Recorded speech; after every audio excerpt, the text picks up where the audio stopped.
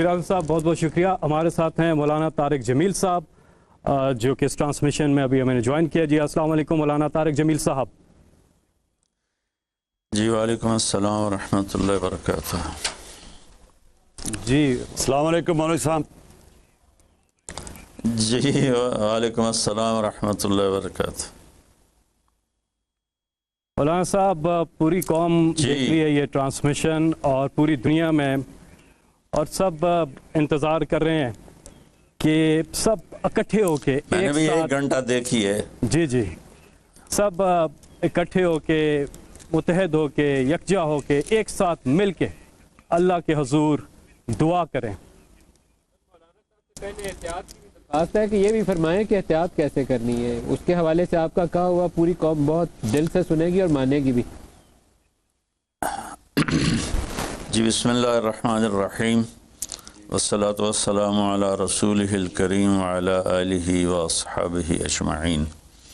جہاں تک احتیاطی تدابیر کا تعلق ہے وہ تو بہت زیادہ ڈسکس ہو چکی ہیں اور بہت زیادہ اس کو میڈیا نے بھی ماشاءاللہ اس کو ابھارا ہے، اس کو نکھارا ہے، اور اپنے اپنی جگہ پر ہر جگہ اس پر بحث ہو رہی ہے. یہ ہے، میں ایک چھوٹی سی حکایت سناتا ہوں. ہارون رشید کا والد تھا مہدی بن ابو جعفر منصور. اس کے زمانے میں قحط آ گیا اور لوگ بھوکے مرنے لگے، کتے بلیاں بھی کھانے لگے. تو مہدی رات کو لیٹا ہوا تھا تو ایک خادم اسے دبا رہا تھا. تو اس نے اپنے خادم سے کہا کہ کوئی کہانی سناؤ، میں بہت دکھی ہوں رعایا کے لیے. اس نے کہا امیر المومنین، ایک لومڑی جا رہی تھی سفر پہ تو بیٹے کو لے گئی شیر کے پاس کہ تو بادشاہ ہے، اس کو اپنے پاس رکھ لے امانت. اس نے کہا ٹھیک. اس نے اس کو اپنے کندھوں پہ بٹھا لیا اور لیے پھرتا تھا. ایک دن عقاب کی نظر پڑی تو اس نے جھپٹا مارا اور اٹھا کے لے گیا. لومڑی واپس آئی، اس نے آ کر کہا بادشاہ سلامت، میرا بچہ کا وہ تو عقاب لے گیا. کہ میں تو آپ کے حوالے کر کے گئی تھی. تو شیر نے کہا میری بہن، اگر وہ زمین کی جنگل کی آفت ہوتی تو میں لڑ کے دکھاتا، وہ آسمان کی آفت تھی، اس سے کون لڑ سکتا ہے. تو پھر اس نے کہا امیر المومنین، یہ قحط اگر زمین کی آفت ہوتی تو آپ لڑتے، تو اوپر سے آئی آفت ہے، اس سے بات کرو جو اوپر والا ہے تو کام بن جائے گا. اس وقت کی ساری جو تھی ایگریکلچر زراعت وہ ساری بارش پر تھی. تو اس نے اسی سے ہی لوٹا مسلح منگوا کے وضو کیا، مسلح پہ کھڑا ہوا، سجدے میں سر رکھا اور اتنا رویا کہ سارا مسلح بھیگ گیا. اور یہ یاد رہے کہ وہ 3 بر اعظم پر حکومت کر رہا تھا اس وقت مہدی. تو ابھی وہ مسلح سے اٹھا بھی نہ تھا کہ اللہ تعالیٰ نے بادل بھیجے اور پوری عباسی سلطنت میں بارش ہو گئی. میں معذرت کے ساتھ اختلاف رائے تو ہر آدمی کو حق ہے. ہم جو ایک لفظ استعمال کر لیں لڑنا ہے، یہ آسمانی آفت ہے، اس سے لڑنا نہیں ہے. اس کا علاج کر کے اللہ کو عاجزی دکھانی ہے اور اپنا سر سجدے میں رکھ کے رونا ہے. اس سے ہم لڑ نہیں سکتے. اس لفظ کو اپنی زبان سے نکال دیں، چاہے دل میں اس کے بارے میں کوئی تکبر نہ ہو، لیکن یہ لفظ اللہ کو پسند نہیں ہے. کہ مجھ سے لڑنا چاہتے ہو، دیکھنا ایک چھوٹے سے وائرس سے اللہ نے ساری دنیا کو ہلا کے رکھ دیا. میں ایک حدیث سنا کے پھر دعا کرتا ہوں. پہلے ایک دعا ہے، ما اصابکم مصیبت فبما کسبت ایدیکم، تم پر جو آفت آتی ہے تمہارے اپنے گناہوں کی کمائی ہوتی ہے. ینصرکم اللہ فلا غالب لکم، میں تمہارا ساتھی بن جاؤں تو کون تمہیں نقصان پہنچا سکتا ہے. وَإِن يَخْذُلْكُمْ فَمَنْ ذَا الَّذِي يَنْصُرُكُمْ مِنْ بَعْدِهِ، اگر میں تمہیں چھوڑ دوں تو پھر کون سی اٹمی طاقت تمہیں بچائے گی. إِن يَمْسَسْكَ اللَّهُ بِضُرٍّ فَلَا كَاشِفَ لَهُ، اگر میں تمہیں تکلیف میں ڈالوں میرے سوا اسے کوئی نہیں ٹالے گا. اور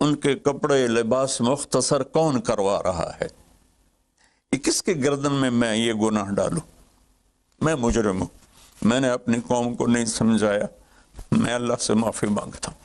لیکن جب مسلمان کی بیٹی بے حیائی کی طرف چل پڑے اور نوجوان بے حیائی کی طرف چل پڑے تو اللہ کی رحمت، سب سے زیادہ عذاب قوم لوط پر آیا کہ وہ بے حیائی میں ساری باؤنڈریز کراس کر گئے تھے، تو اللہ تعالیٰ نے ان پر 5 عذاب بھیجے۔ 5، کسی قوم پہ 5 عذاب نہیں آئے، ایک ہی عذاب آتا تھا، ان پر 5 عذاب آئے۔ تو تیسری بات میرے نبی نے فرمائی ہے کہ حیا والے بنو، حیا والے بنو۔ لیکن میری نسل ہے، مجھ سے خان صاحب نے بات کی تھی پہلی دفعہ کہ میں چاہتا ہوں کہ میری یوتھ اللہ کے نبی کے ساتھ جڑے، چونکہ جو ہمارے کالج ہیں، ہماری یونیورسٹیز ہیں، ہمارے خاص طور پر جو یہ پرائیویٹ سکولز ہیں، یہ امت کو، نوجوانوں کو اللہ رسول سے کاٹ رہے ہیں۔ تو اللہ تعالیٰ یہ پہلا شخص ہے جس کے لیے میرے دل سے دعا نکلی جب اس نے کہا کہ میں نے آپ کو اس لیے بلایا ہے کہ میری قوم اپنے نبی کے ساتھ کیسے جڑ جائے۔ میں کیا بتاؤں، جب تک اس بے حیائی کو نہیں ہم روکتے، اور کوئی روک نہیں سکتا ہے، اندر سے نیت نہ ہو۔ سرنڈو ماڈل اسکول میں میں نے میٹرک کیا ہے، ہمارے ایک وارڈن، میں ہاسٹل میں رہتا تھا، وہ آ گیا، نمازی تھے، انہوں نے نماز کی سختی کر دی، ہم بے وضو جا کے کھڑے ہو کر نماز پڑھ لیتے تھے، بے وضو، کیونکہ ڈنڈا انسان کو انسان نہیں بناتا ہے جب تک انسان اپنے من میں ڈوب کر پا جا سراغ زندگی۔ تو اگر میرا نہیں بنتا نہ بن، اپنا تو بن۔ یہ تو اپنے اندر دل دریا سمندروں ڈوگے، کون دلاں دیاں جانے ہو، وچے بیڑے وچے جھیڑے وچے ونج مہانے ہو۔ میری قوم جھوٹ چھوڑ دے، میری قوم بددیانتی چھوڑ دے، میری قوم بے حیائی چھوڑ دے۔ وعفت فی تہمت، آخری بات میرے نبی نے کہا، اور رزق حلال کھاؤ، رزق حلال کھاؤ، رزق حلال جو صبح سے شام تک، من امسا کالن بعمل یدہ امسا مغفور لہ، جو صبح سے شام تک رزق حلال میں تھک جاتا ہے، اس دن کے سارے گناہ معاف ہو جاتے۔ تو میں وزیر اعظم صاحب سے اپیل کروں گا کہ پوری قوم سے جیسے ڈونیشن مانگا ہے، ایسی پوری قوم سے چلے۔ میں آپ کی طرف سے اپیل کرتا ہوں کہ کل یا آج رات رمضان کی آئے گی، ساری قوم 2 نفل پڑھے اپنے اپنے گھروں میں، اور ایک تسبیح لا الہ الا انت سبحانک انی کنت من الظالمین، جس کو یاد ہے پڑھ لے، جس کو نہیں یاد ہو استغفر اللہ کی ایک تسبیح پڑھ لے، اور پھر سب اللہ کے سامنے ہاتھ جوڑ کے معافی مانگ۔ اور اللہ تعالیٰ کہتا ہے ما من یوم الا والبحر یستاذن فی ان یغرق ابن آدم، روزانہ، یہ مسند احمد کی روایت، روزانہ سمندر کہتا ہے یا اللہ اجازت دے میں چڑھ جاؤں اور ان کو بہا دوں۔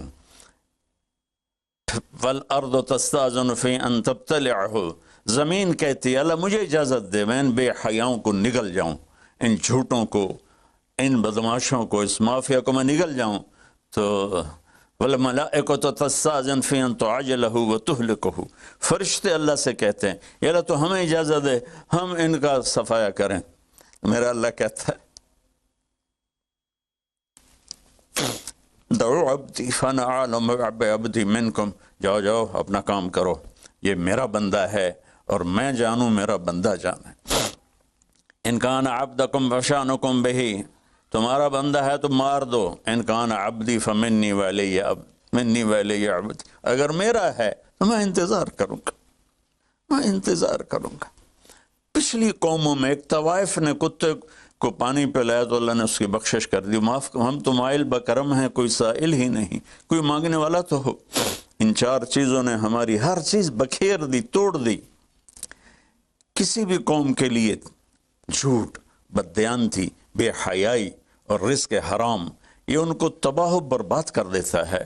اور کوئی قوم سچائی، دیانتداری، پاک دامنی اور رزق حلال پر ہوگی تو اللہ کا سایہ ان پر چھا جائے گا، اور دنیا کی کوئی طاقت ان کی طرف آنکھ اٹھا کر نہیں دیکھ سکتی۔ ہم تو اجڑے چمن کے مالی ہیں، عمران خان کو اجڑا چمن ملا ہے، کہاں تک آباد کر سکے گا، اللہ اس کی مدد کرے۔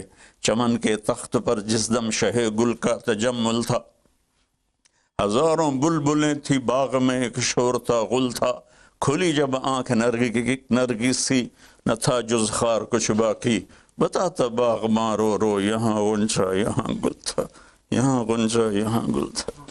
ابھی عمران صاحب نے یرموک کی اور قادسیہ کی بات کی، کتنے تھے؟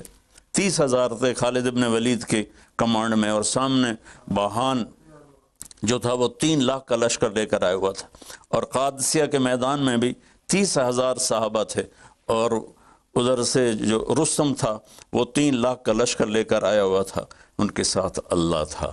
ہم اللہ کو ساتھ لیں، سارے اسباب اختیار کریں۔ مالداروں سے کہتا ہوں، میں نے اپنا کلپ الگ ریکارڈ کرایا کہ اس سال ساری زکوٰۃ ان غریبوں میں تقسیم کریں۔ آپ تک تو ہر آدمی نہیں پہنچ سکے گا، اپنے اپنے علاقے میں جو مالدار لوگ ہیں وہ اپنی زکوٰۃ غریبوں میں ان میں تقسیم کریں، ان کے گھر جا کر دیں۔ کسی ایک کی دعا لگ گئی نا تو 7 نسلیں ہماری آباد ہو جائیں گی۔ تو بس میں معافی چاہتا ہوں، آپ نے مجھے کافی دیر بٹھایا تو میں نے بھی تھوڑا سا آپ کا ٹائم لے لیا، تو آپ درود شریف پڑھیں اور ہم اللہ کی بارگاہ میں دعا کرتے ہیں۔